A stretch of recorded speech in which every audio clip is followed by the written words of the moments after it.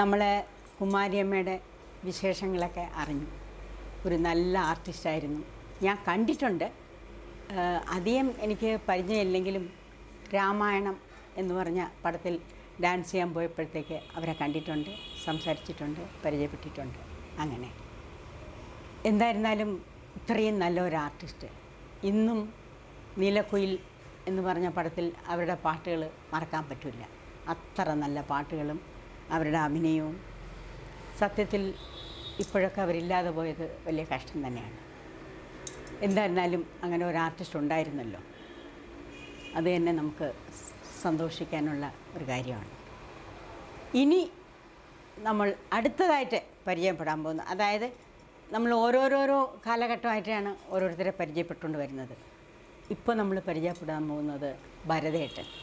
ഒരുപാട് വർഷങ്ങളായിട്ട് സിനിമയിൽ അഭിനയിച്ചു. അദ്ദേഹം പെട്ടെന്ന് ഒരു വലിയ ആളായല്ല, ഓരോരോരോ വേഷങ്ങൾ ചെയ്ത് നല്ലവണ്ണം കഷ്ടപ്പെട്ട് എല്ലാ വേഷവും ചെയ്തിട്ടുണ്ട്. അതായത് മിക്കവാറും വില്ലൻ്റെ അടിയാളായിരിക്കും, പിന്നെ കോമഡിയും ചെയ്തിട്ടുണ്ട്.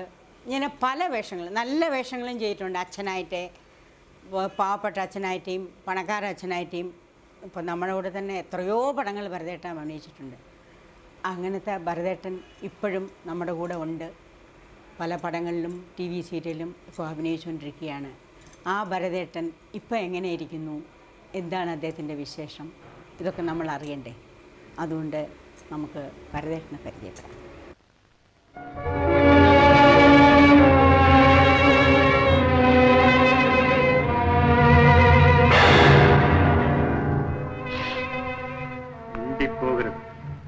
നിനക്ക് നിന്റെ കുഞ്ഞിനോട് പ്രാണനാണല്ലേ? പക്ഷേ ആ കുഞ്ഞും നിന്റെ കുടുംബവും ജീവനോടെ ഇരിക്കണമെങ്കിൽ ആ പിഴവക്കിൽ വെച്ച് നടന്ന കാര്യം ആരോടും മിണ്ടിപ്പോകരുത്. പറഞ്ഞാൽ അതോടെ കഴിയും നിന്റെ കുഞ്ഞിന്റെയും ഭാര്യയുടെയും അനുജന്റെയും കഥ. സൂക്ഷിച്ചു. അയ്യോ, അവരൊന്നും ചെയ്യരുതേ. ഞാൻ പറയില്ല, ആരോടും പറയില്ല. ഇല്ല, നിന്റെ വാക്ക് പാലിച്ചാൽ മാത്രം. ഇല്ലെങ്കിൽ നിന്റെ കുടുംബവും ഇതുപോലെ. ഇല്ല, ഈ ജീവൻ ഉയർത്തോളം കാലം ഞാൻ ആരോടും പറയില്ല, പറയില്ല. ദയവ് ചെയ്ത് അവരെ ഉപദ്രവിക്കരുത്. ഞാൻ പറയില്ല.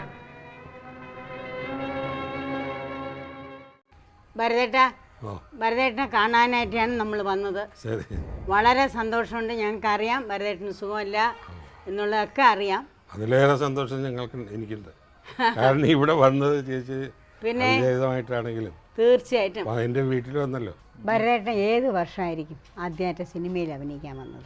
സിനിമയിൽ വന്നത് ആദ്യം ക്യാമറയെ അഭിമുഖീകരിച്ചത് 50-ലാണ്, 1950. അതിനു മുമ്പ് നാടകത്തിൽ വല്ലതും നാടകത്തിൽ ചെറിയ നാടകങ്ങളിലൊക്കെ അഭിനയിച്ചിട്ടുണ്ട്. അങ്ങനെയാണോ സിനിമയിൽ വരാൻ? അല്ല, ഇത് യാദൃശ്യമായിട്ട് എൻ്റെ ഒരു സ്നേഹിതൻ, ഒരു പ്രൊഡക്ഷൻ മാനേജർ പറവൂരുള്ള വിജയഭാരു, അദ്ദേഹം ഒരു പ്രൊഡക്ഷൻ മാനേജരായിരുന്നു. അതിൻ്റെ നടത്തിപ്പുകാരെന്നുള്ള ഇന്നത്തെ പ്രൊഡക്ഷൻ മാനേജർ. ശരി. അപ്പോൾ അദ്ദേഹം എന്നെ അറിയുമെന്ന് വെച്ച് കഴിഞ്ഞാൽ ഇവിടെ ഈ ചില കലാപ്രസ്ഥാനങ്ങൾ, ഈ കലയുടെ നാടകങ്ങളും ചില ചെറിയ ബിറ്റ് റോളൊക്കെ അഭിനയിക്കാറുണ്ട്, സിനിമയിലല്ല. അങ്ങനെ അഭിനയിച്ച കൂട്ടത്തിൽ എന്നെ ഒരു കഥാപാത്രത്തിന് വേണ്ടി അവരൊന്ന് വിളിച്ചു. അപ്പോൾ എന്താണ് കഥാപാത്രം എന്ന് ചോദിക്കാനുള്ള ഇതൊന്നും നമുക്കില്ലല്ലോ, അതിൻ്റെ ആവശ്യം നമുക്കില്ല. ഇങ്ങനെ പറഞ്ഞു കിട്ടിയത് തന്നെ വലിയ ഭാഗ്യമായിട്ട് വിചാരിക്കുകയാണ്. ഇതിൻ്റെ പ്രൊഡ്യൂസർ ആലുവ കരുണാകരൻ വളരെ നിന്ന ഒരാളായിരുന്നു, മലയാളി. അദ്ദേഹത്തിൻ്റെ ഒരു നാടക ട്രൂപ്പ് ഉണ്ടായിരുന്നു. ആ നാടകമാണ് പിന്നീട് സിനിമയാക്കിയത്. സിനിമയായപ്പോൾ വളരെ എളുപ്പത്തിന് അതിൻ്റെ മറ്റുള്ള വശങ്ങളൊന്നും കാര്യമായി നോക്കാതെ ആ നാടകത്തിൽ അഭിനയിച്ച ആളുകൾ മാത്രം തന്നെ വെച്ചുകൊണ്ട് ആ സ്ക്രിപ്റ്റൊന്നും ഇന്നിപ്പോൾ നമുക്ക് ഇതൊക്കെ കാര്യങ്ങൾ മനസ്സിലാവുന്നുണ്ട്. ആ നാടകത്തിൻ്റെ സ്ക്രിപ്റ്റ് പോരാ, അതിൻ്റെ ആവശ്യത്തെ വലിച്ചു വാരി ഡയലോഗൊന്നും പറയാൻ വേറെ വേണ്ട. ചെറിയ വാചകങ്ങൾ വളരെ അർത്ഥഇഷ്ടമായിട്ടുള്ള ഡയലോഗൊക്കെ വേണം എന്നല്ല. പക്ഷെ അവരതല്ല ചെയ്തത്, നാടകത്തിന് അങ്ങനെ സിനിമയാക്കി. അതേ ആർട്ടിസ്റ്റ് തന്നെ. ഇവിടെ ആറന്മുള പറഞ്ഞ ചേച്ചിയാണ് അതിൽ ഹീറോയിനി എന്ന് അഭിനയിച്ചത് ആ സിനിമയിൽ.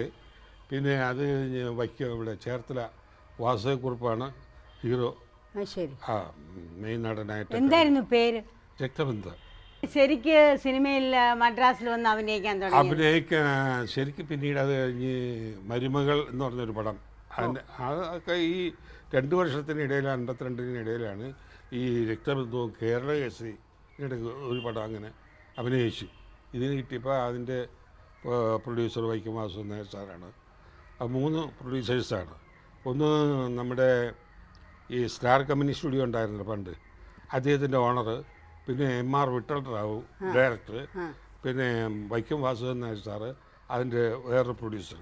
അത് കഴിഞ്ഞ് പിന്നീട് വേറെ ആരും വിളിച്ചില്ല. ഇത് അതുപോലെ അങ്ങനെ പിന്നീട് വന്നില്ല.